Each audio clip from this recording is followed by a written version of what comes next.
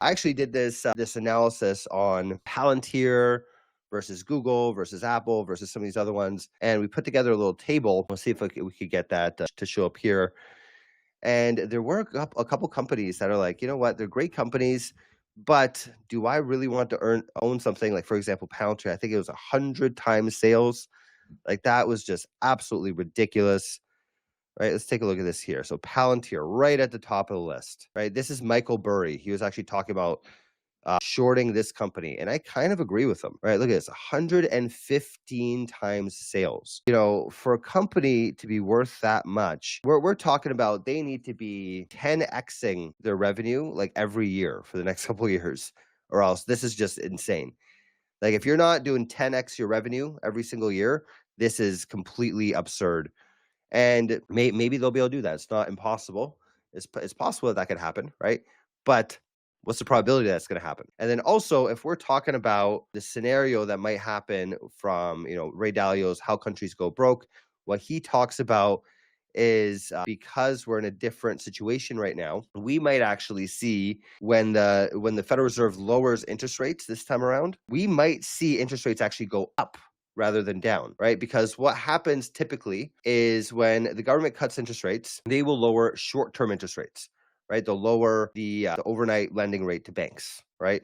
Which then influences the 1-year rate and the 10-year and the 30-year rate, right? And usually they all come down, right? However, when you're in an inflationary environment like we are right now with the government debt where it is and all that kind of stuff, also, we lost a big debt buyer through China. China's no longer buying a lot of US debt, and they would usually buy the long-term debt, the 30-year and things like that, or the 10-year, when we're in a scenario like that, if a shock happens and the Federal Reserve lowers interest rates, it's very possible that long-term interest rates go up rather than down, which would be very unusual, but has happened in history many times before when countries were in similar situations to us, right? Where because the Federal Reserve lowers interest rates, which lowers rates across the whole board. However, long-term rates go up because of inflation expectations.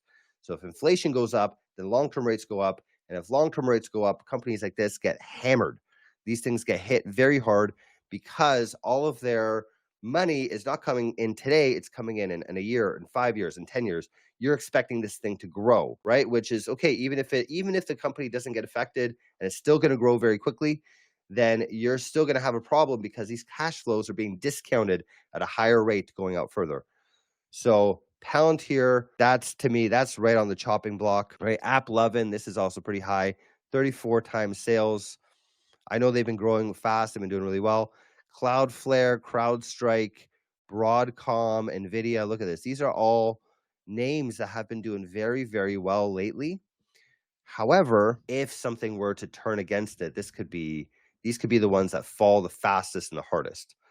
So what I'm thinking is I'd actually love to have a strategy that's simply shorting these, right? Buying put options on these.